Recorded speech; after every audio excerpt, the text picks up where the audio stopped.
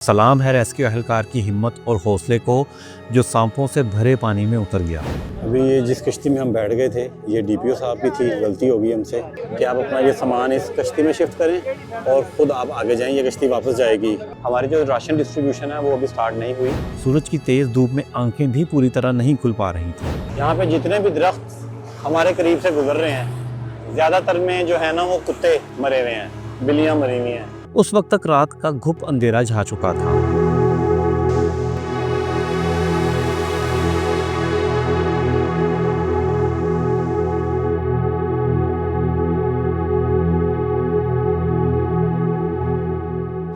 अस्सलाम वालेकुम, मैं हूं उमर भट्ट। दोस्तों, सैलाब मुतासरीन के रिलीफ ऑपरेशन के दूसरे सफ़र में खुशामदीद। पहले सफ़र में आपने देखा था कि मैं राशन बैग्स लेकर दरिया सतलुज के मुतासरा इलाकों में गया। ये राशन गंडा सिंह वाला के पानी में डूबे हुए देहात में तकसीम किया। दरिया सतलुज ही नहीं, चनाब और रावी भी तबाही की नई दास्तानें रकम कर रहे हैं। सेंट्रल पंजाब में इससे तबाहकुन सैलाब शायद ही कभी आया हो। चावल, गन्ने, कपास वगैरह की फसलों के साथ साथ सैकड़ों फिश फार्म भी सफ़े हस्ती से मिट गए हैं। आज मैंने दरिया चनाब से मुतासरा हाफजाबाद के करीबी देहात में रिलीफ ऑपरेशन का फ़ैसला किया। अल्लाह का शुक्र है कि ये ऑपरेशन भी पहले ऑपरेशन की तरह इंतहाई कामयाब रहा। हम इन लोगों तक पहुँचे जिन्हें राशन की अशद ज़रूरत थी और वो पानी में घिरे हुए थे। ये सफ़र पहले सफ़र से बहुत मुश्किल साबित हुआ।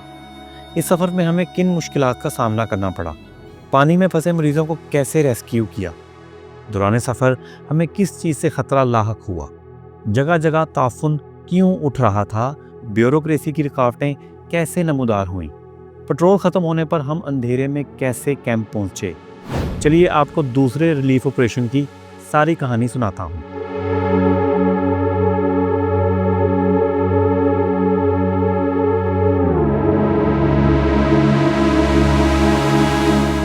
दोस्तों, सबसे पहला मरहला पैकिंग का था। राशन बैग्स घर लाकर इनमें बेसन के नान पैक किए। पिछले सफ़र पर मुझे अंदाज़ा हुआ था कि हमें फ़ौरी खाने की कोई चीज़ भी बैग में रखनी चाहिए, इसलिए वालदा के मशवरे पर हर राशन बैग में 3-3 बेसन के नान रख दिए। इसके अलावा इस मरतबा खजूरों का पैकेट और एक साबुन भी ऐड किया। सामान गाड़ी में रखा और बरास्ता M2 मोटरवे हाफजाबाद की जानिब रवाना हो गए। हमें बताया गया था कि हाफजाबाद के करीब वनी के ताड़न नामी गाँव में इमदाद की ज़रूरत है। हम वहाँ पहुँचे तो पता चला पानी काफ़ी हद तक उतर चुका है, लोगों की परेशानी कम हो चुकी है और हाफजाबाद शहर से इनका राब्ता भी बहाल हो गया है। हमने फ़ैसला किया कि वनी के तारड़ की बजाय किसी ज़्यादा मुस्तहिक मुकाम पर राशन तकसीम किया जाए। मैंने आने से पहले मुकम्मल मालूमात ले रखी थी, इसलिए हम हाफजाबाद से आगे जलालपुर भट्टियाँ रवाना हो गए।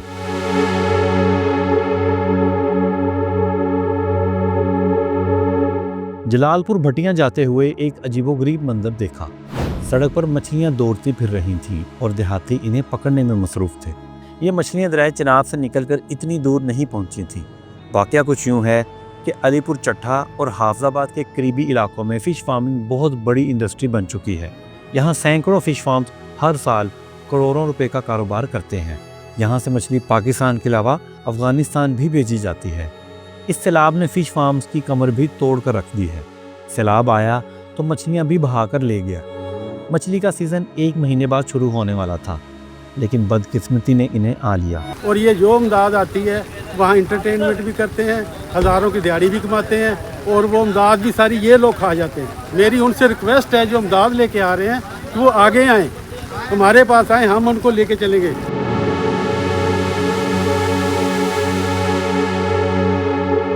तकरीबन 25 किलोमीटर का सफ़र तय करके हम जलालपुर भट्टियाँ रेस्क्यू 1112 के बेस कैंप पहुँच गए। मुझे बताया गया था कि देहात में लोग इमदाद लेकर पहुँच रहे हैं, लेकिन डेरों पर कोई नहीं जा रहा।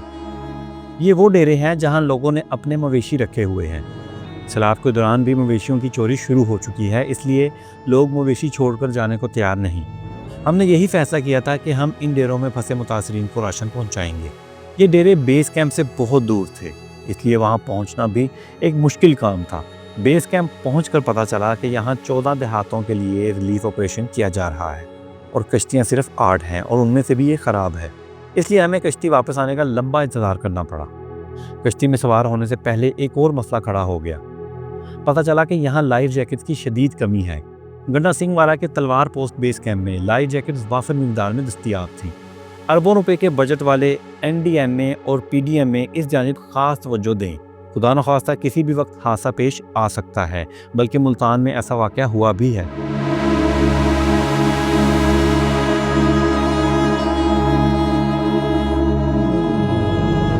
आज गर्मी बहुत ज़्यादा है और शदीद मेरे बाजू जल रहे हैं मतलब, और हमें बड़ी मुश्किल से वेट करने के बाद कश्ती मिली है फाइनली। गुज़िश्ता ऑपरेशन की निस्बत आज गर्मी और हबस बहुत ज़्यादा थी। सूरज की तेज़ धूप में आंखें भी पूरी तरह नहीं खुल पा रही थी। इस मरतबा अम्मी ने बड़े भाई जुनेद को भी साथ भेजा है कि मैं अकेला आऊं तो इन्हें फ़िक्र लगी रहती है। जुनेद का आपको बताता चलूं कि इन्हें रिलीफ वर्क का वसी तजर्बा है। सन 2022 के सैलाब में इमरान रियाज खान के साथ मिलकर इन्होंने पूरे पाकिस्तान में रिलीफ वर्क किया था। इनका ये तजर्बा हमारे बहुत काम आया। इस दफ़ा तो साउथ पंजाब, सेंट्रल पंजाब और पंजाब काफ़ी ज़्यादा इस दफ़ा हिट हुआ है। एहतियात भी लोग दे देते हैं, सामान भी ख़रीदा जा सकता है, सारा कुछ हो सकता है। सबसे मुश्किल काम जो इसमें है वो है डिस्ट्रीब्यूशन। तो हमारी कोशिश है कि हमारे कुछ दोस्त हैं जो हमें डोनेट कर रहे हैं कि जहाँ तक हो सकेगा इंशाल्लाह हम पूरी एफर्ट के साथ, पूरी ईमानदारी और दयानतदारी के साथ हम ये काम करेंगे जैसे 2022 में किया था। रास्ते में रेस्क्यू एहलकार ने हमें एक दरख्त दिखाया। इसने बताया कि गुज़िश्ता रोज़ कश्ती इस दरख्त से टकरा गई थी, जिससे कई सांप इसमें आ गिरे। सांपों के बिलों में सैलाबी पानी आने की वजह से ये भी दरख्तों पर पनाह लिए बैठे हैं। रास्ते में आने वाले पहले गांव में ही 2 बीमार अफराद मिल गए, जिन्हें बेस कैंप के करीब छोड़ना ज़रूरी था। हम इन्हें बिठाकर वापस बेस कैंप रवाना हुए। अभी हमने कुछ लोगों को पानी में से रेस्क्यू किया है और इनको हमने छोड़ना है उससे पहले गाँव वाले, और इनमें कुछ मरीज़ थे और वो बड़ी मुश्किल से पानी में खड़े हुए थे, जैसे कि मैंने आपको दिखाया है। हमारी जो राशन डिस्ट्रीब्यूशन है वो अभी स्टार्ट नहीं हुई, पहले इनको छोड़ दें क्योंकि वो बीमार हैं। इन्हें उतारने के बाद अब हम दोबारा डेरे की जानिब रवाना हुए, लेकिन रास्ते में ही रेस्क्यू एहलकार को फ़ोन आ गया। इससे कहा गया कि पुलिस के बड़े अफसर RPO साहब तशरीफ़ ला रहे हैं। आपकी कश्ती बेहतर है, इसलिए इसे वापस ले आएँ और आप दूसरी कश्ती में सवार हो जाएं। जिस कश्ती में हमें भेजा गया ये पहले से ओवरलोड थी और इसमें हमारे राशन बैग भी ठीक से नहीं आ सकते थे। इस तरह हमारी कश्ती प्रोटोकॉल ड्यूटी से बचकर रिलीफ ऑपरेशन में ही इस्तेमाल हुई। अभी ये जिस कश्ती में हम बैठ गए थे ये DPO साहब की थी, गलती हो गई हमसे। अब हमें एक गांव के पास रोका गया है कि आप अपना ये सामान इस कश्ती में शिफ्ट करें और ख़ुद आप आगे जाएं, ये कश्ती वापस जाएगी। सुबह जल्दी घर से निकले थे, इसलिए भूख लग चुकी थी। इस गांव में मरकज़ी मुस्लिम लीग के रज़ाकार बिरयानी तकसीम कर रहे थे। ये रज़ाकार गुजरांवाला से बिरयानी पकाकर लाए थे। इन्होंने हमें भी बिरयानी के पैकेट पकड़ा दिए, जो हमने चलती हुई कश्ती में ही खाए और इनमें से कुछ बांट भी दिए। हमारे पास एक बोट गुजरी थी और वो फूड डिस्ट्रीब्यूट कर रहे थे, तो हम अपने क्योंकि प्लान से काफ़ी लेट हो गए थे तो भूख बड़ी लगी हुई थी, तो अल्लाह उनका भला करे, उन्होंने हमें 8-10 ये पैकेट दिए बिरयानी के, फिनाल बोटी भी है। तकरीबन 1.5 घंटे बाद हम पहले डेरे पर पहुंचे। जैसे जैसे हम डेरे के करीब पहुंच रहे थे पानी कम होता जा रहा था। डेरे वालों ने कश्ती देखकर हमें आवाज़ें देना शुरू कर दी। कश्ती को डेरे तक ले जाना एक बड़ा मसला था क्योंकि इसके प्रोपेलर में धान के पौधे फंस जाते थे।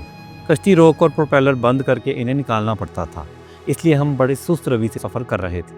कोशिश करके हम डेरे पर पहुंच ही गए। यहाँ लोग इमदाद के मुंतज़िर खड़े नज़र आए। इनमें राशन के बैग तकसीम किए और इनसे पूछा कि और कौन से डेरे पर लोग फंसे हुए हैं। तकरीबन 3.5 फुट पानी लग रहा है मुझे यहाँ पे 2 से 3 लोग हैं, तो उनको हमने इशारा किया था कि भाई आप इधर आ जाएं, बोट को लेके जाना मुश्किल है इस वक्त हमारे लिए। यहाँ से हम उनके बताए हुए डेरे की जानिब मज़ीद आगे रवाना हो गए। यही अगर पानी ज़्यादा हो तो आप जल्दी पहुँच जाते हैं। तो अब हमने एक डेरे पे दिए हैं, तकरीबन 11 बैग्स दिए हैं। अब हम अगले डेरे पे जा रहे हैं, वहाँ पे लेकिन कुछ लोग ज़्यादा हैं। पहले डेरे से रवाना होने के 15 मिनट बाद हम दूसरे डेरे पर पहुंच गए। यहाँ सामान तकसीम किया और बेस कैंप से अपने साथ बैठी हुई 2 बच्चियों को ड्रॉप करने इनके गांव रवाना हो गए। इन्हें उतारने के बाद अब हम आगे बढ़ रहे थे और हमें लोगों की आवाज़ें आ रही थी, लेकिन लोग नज़र नहीं आ रहे थे। रास्ते में दरख्त थे। हम डेरों से होते हुए एक गाँव जा पहुँचे। यहाँ लोगों की बड़ी तादाद को राशन की ज़रूरत थी। इन्होंने 3 से 4 अफराद को भेजा, जिन्हें हमने उन फैमिलीज़ के हिस्से का सामान भी दे दिया। रिलीफ ऑपरेशन के दौरान सफ़र करते हुए हमें दरख्तों के करीब गुजरते शदीद बदबू आती थी। मैंने रेस्क्यू एहलकार से पूछा तो इसने बताया कि सैलाब के दौरान कुत्तों और बिल्लियों समेत कई जानवर दरख्तों में फंस गए थे। एरिया ये बहुत बड़ा है, इसलिए इनको रेस्क्यू नहीं किया जा सका। ये वहीं दरख्तों में मर गए। मेरे पास इनकी फुटेज भी है, लेकिन यूट्यूब की गाइडलाइन के मुताबिक मैं आपको ये दिखा नहीं सकता। यहाँ पे जितने भी दरख्त हमारे करीब से गुजर रहे हैं, ज़्यादातर में जो है ना वो कुत्ते मरे हुए हैं, बिल्लियाँ मरी हुई हैं। उनके जब करीब से गुजरना तो बड़ी स्मेल भी आती है। उनकी जो डेड बॉडीज हैं वो दरख्तों में फंसी हुई हैं। जलालपुर भटिया के इस इलाके में हमें लंबे लंबे चक्कर काटकर डेरे तलाश करना पड़े। इस दौरान रेस्क्यू एहलकार हमें खबरदार भी करते रहे कि हम बहुत आगे निकल आए हैं, वापसी पर पेट्रोल ख़त्म हो सकता है। और फिर वही हुआ जिसका डर था। कश्ती का पेट्रोल ख़त्म हो गया। पेट्रोल के लिए इलाके में मौजूद दूसरी कश्ती को फ़ोन किया तो पता चला कि ओवरलोड होने की वजह से वो उलट चुकी है। अभी हमने एक और डेरे पर जाना था, जहां 8 अफराद राशन के मुंतज़िर थे। हमारा सफ़र बहुत लंबा था, इसलिए हमने वापसी का फ़ैसला कर लिया। इस डेरे का एक शख्स हमारे साथ कश्ती पर ही सवार था, जो हमें वहां लेकर जाना चाहता था। अभी हमारी जो बोट थी, हम अपने जो हमारा प्लान था उससे 2 गुना ज़्यादा हमने ट्रैवल कर लिया और हम हैं बिल्कुल करीब, लेकिन हमारा फ्यूल ख़त्म हो गया है और शाम भी होने वाली है। तो अब हम देखेंगे, भाई हेल्प कर रहे हैं बड़ी। मैंने इसके फ़ोन से इन सब के साथ बात की। मैंने इनसे पूछा कि अगर मैं इन्हें इजी पैसा या जायज़ कैश पर पैसे भेज दूं तो क्या वो वसूल कर सकते हैं। इनकी जानिब से हाँ में जवाब मिलने पर मैंने इनके शनाख्ती कार्ड और फ़ोन नंबर व्हाट्सएप करवाए और रकम इनको ट्रांसफ़र कर दी। अब मसला ये था कि पेट्रोल के बगैर वापस कैसे जाया जाए। एक रेस्क्यू एहलकार नीचे पानी में उतरा। पानी कहीं से 2 फुट था तो कहीं 5 फुट। सलाम है रेस्क्यू एहलकार की हिम्मत और हौसले को, जो सांपों से भरे पानी में उतर गया। इसने कश्ती को रस्सी से बांध कर खींचना शुरू कर दिया।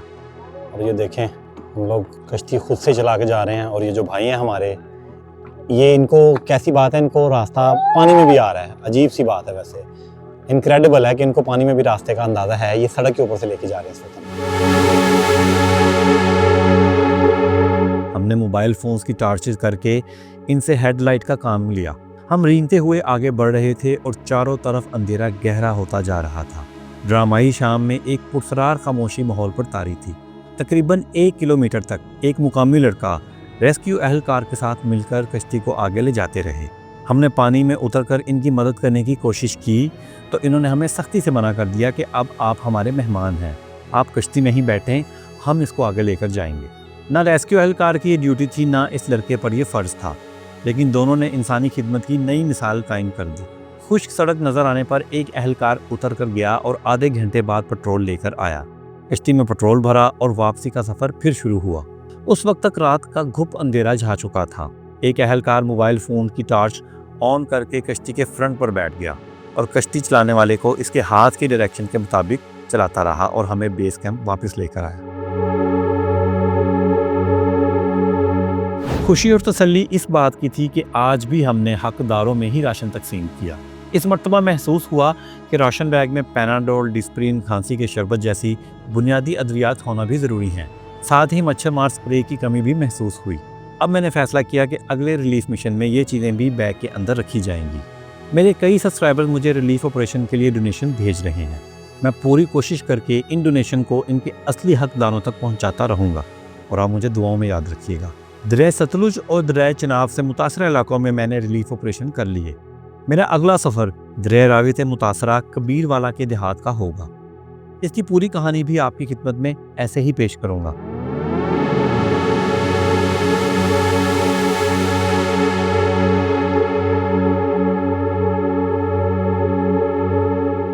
और अगर आप देखना चाहते हैं कि गन्ना सिंह वाला में हमने रिलीफ ऑपरेशन कैसे किया तो यहाँ क्लिक करें। अगर आप जानना चाहते हैं कि लैंड माफिया दरिया रावी को कैसे निगलता जा रहा है तो इस तफसीली वीडियो को देखने के लिए यहाँ क्लिक करें। मेरा चैनल सब्सक्राइब करना ना भूलें और अपना बहुत ख्याल रखें। अल्लाह हाफिज़।